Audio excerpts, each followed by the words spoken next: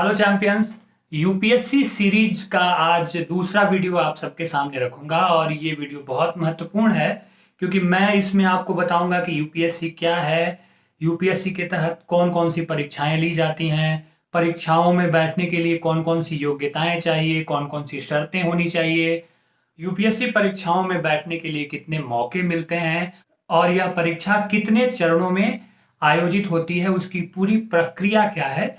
तो बहुत बारीकी से बहुत कम समय में मैं पूरी जानकारी इस वीडियो में आपके साथ साझा करने वाला हूं। तो आप सबसे रिक्वेस्ट है कि पूरे अंत तक वीडियो को जाकर देखें ताकि कोई भी जानकारी लेने से आप वंचित न रहें। तो आइए शुरू करते हैं।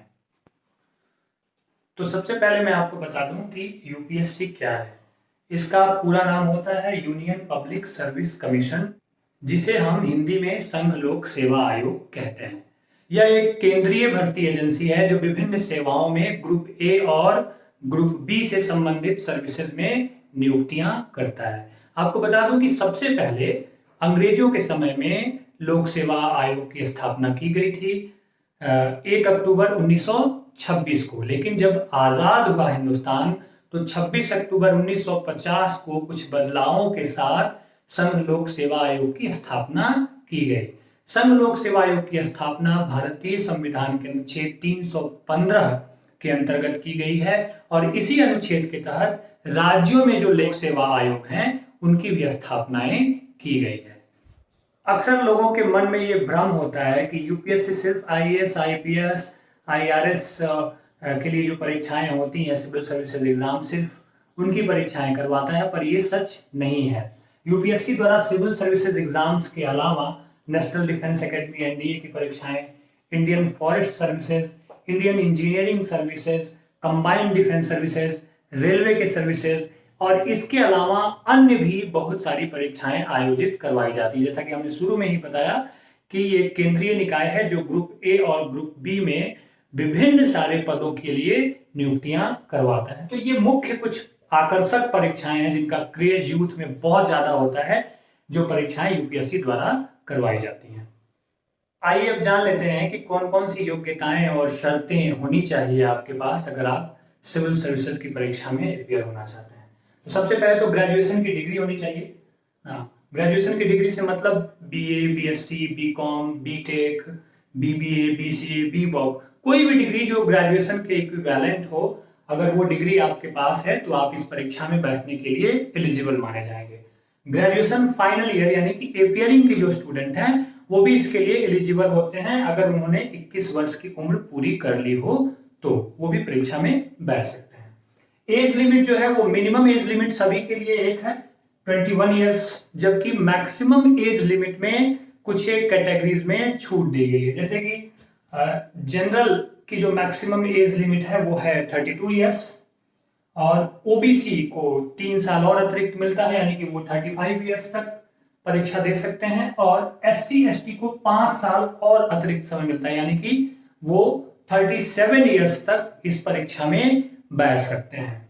जबकि जब अटेम्प्ट की बात कर ले हम तो जनरल को मिलते हैं 6 अटेम्प्ट, ओबीसी को मिलेंगे 9 अटेम्प्ट, जबकि एससी और एसटी को भी अटेम्प्ट में अनलिमिटेड अटेम्प्ट मिला गया है। अटेम्प्ट के लिए उनके लिए कोई सीमा रेखा नहीं है यानी कि 37 इयर्स की उम्र तक वो अनलिमिटेड परीक्षा यूपीएससी की दे सकते हैं।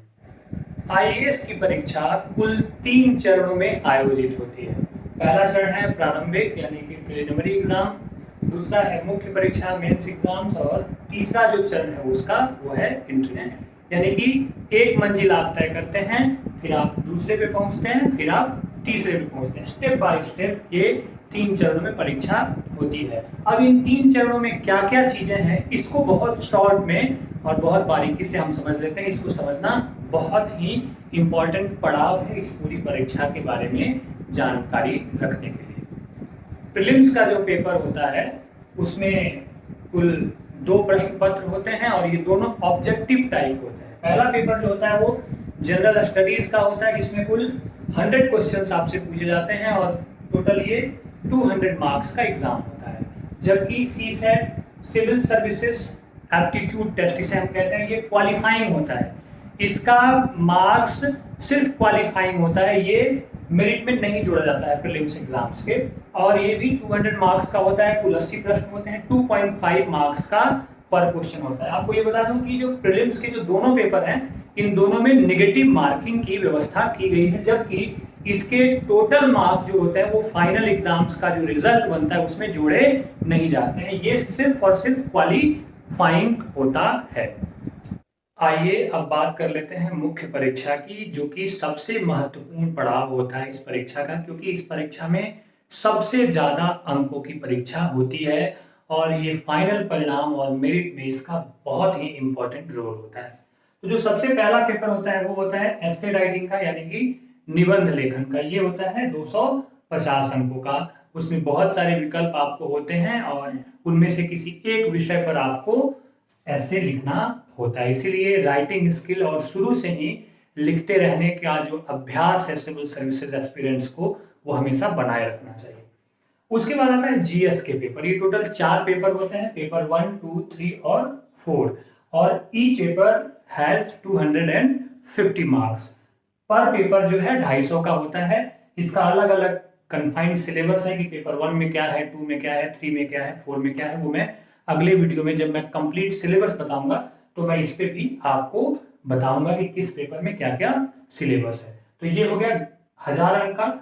उसके बाद आपको अपने पसंद से एक ऑप्शनल पेपर लेना होता है, वो आप कोई भी पेपर ले सकते हैं जिससे 2 प्रश्न पत्र आएंगे, और एक पेपर जो होगा 250 का और दूसरा जो 250 का होगा, यानी कि ऑप्शनल पेपर जो होगा वो टोटल 500 का होगा। तो ऑप्शनल पेपर की भी बहुत बड़ी भूमिका बढ़ जाती है, क्योंकि अगर आपने अपने रुचि के विषय को ऑप्शनल पेपर बनाया जिसमें आपकी पकड़ बहुत अच्छी है, जिसकी समझ आपको बहुत अच्छी है, तो ये 500 मार्क्स आप लेकर के बहुत अच्छा स्कोर कर सकते हैं। और आपको बता दूं कि लिटरेचर के जो पेपर होते हैं, चाहे वो हिंदी लिटरेचर हो, चाहे वो संस्कृत हो, तमिल हो, तेलुगु हो, कोई भी लिटरेचर हो, उर्दू लिटरेचर हो, ये लिटरेचर के पेपर काफी स्कोरिंग होते हैं। तो अगर आप लैंग्वेज और लिटरेचर के स्टूडेंट हैं तो इस पेपर में और एसे राइटिंग में ये दोनों आपके लिए बहुत एडवांटेजेस जो है वो प्ले करते हैं।